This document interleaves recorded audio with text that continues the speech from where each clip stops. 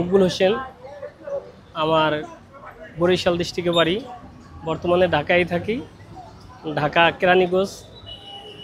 এখন এই বাঁশিটা হলো কি, বাঁশিটা আমার একবারে ছোটোবেলার থেকে বাঁশিটা আমার খুব আকর্ষণ করতো। বাঁশি ওই মেলায় গেলে ওই খাইতে টাকা দিত, বাপমার থেকে কান্দে কান্দে টাকা নিয়ে মানে ওইটা দিয়ে না খাইয়ে ওটা দিয়ে বাঁশি কিনতাম।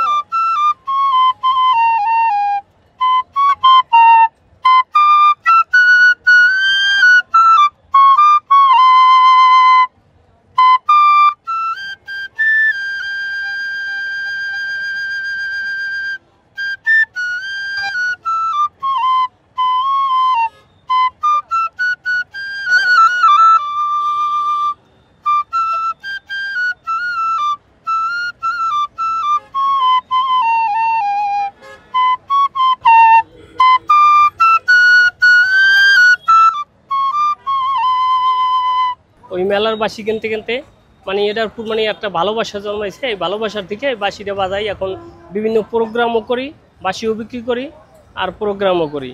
কিন্তু এই বাঁশিটায় আমি আসলে তেমন একটা কিছু করতে পারি নাই, কিন্তু এখন বর্তমানে আমার মেয়ে খুব ভালো বাজায়, আমার থেকে অনেক ভালো বাজায়। আগে ফুটপাতে মানে বাজাইতাম, বাজাইতে বাজাইতে মোটামুটি স্টেজ পর্যন্ত গেছি। পরে দেখলাম যে মানে আসলে এই বাজনায় কোনো কাম হয় না। পরে মানে ছায়ানটে ভর্তি হলাম, ছায়ানটে 2 বছর ক্লাস করছি। এখনও বর্তমানে ওস্তাদ মনিরুজ্জামান স্যারের কাছে মাঝে মাঝে যাই। আর আমার মেয়ে শেখে, মানে ও তো খুব ভালো বাজায়, ওর মতো তা আমি পারি না। এই পড়ালেখার পাশাপাশি আমার 2টা মেয়ে এই সঙ্গীত জগতে আছে। ছোটোবেলা যখন মানে আমি শুয়ে রয়েছি, মানে তখন টিভি খুব কম ছিল, মানে রেডিও। ওই রেডিওতে ওই দুর্বল অনুষ্ঠানে ওই যে আমার হারকার কলমে গানটা বাজতে আছে, কিন্তু আমার কাছে এত ভালো লাগতেছে, আমি ঘুমের থেকে উঠিয়া মানে গানটা বাজতেছে অনেক দূরে, 2-3 বেরি পরে মানে ঘুমের থেকে উঠে ওই জায়গায় আমি চলে গেছি, ঠিক আছে, এই গানের ইতে।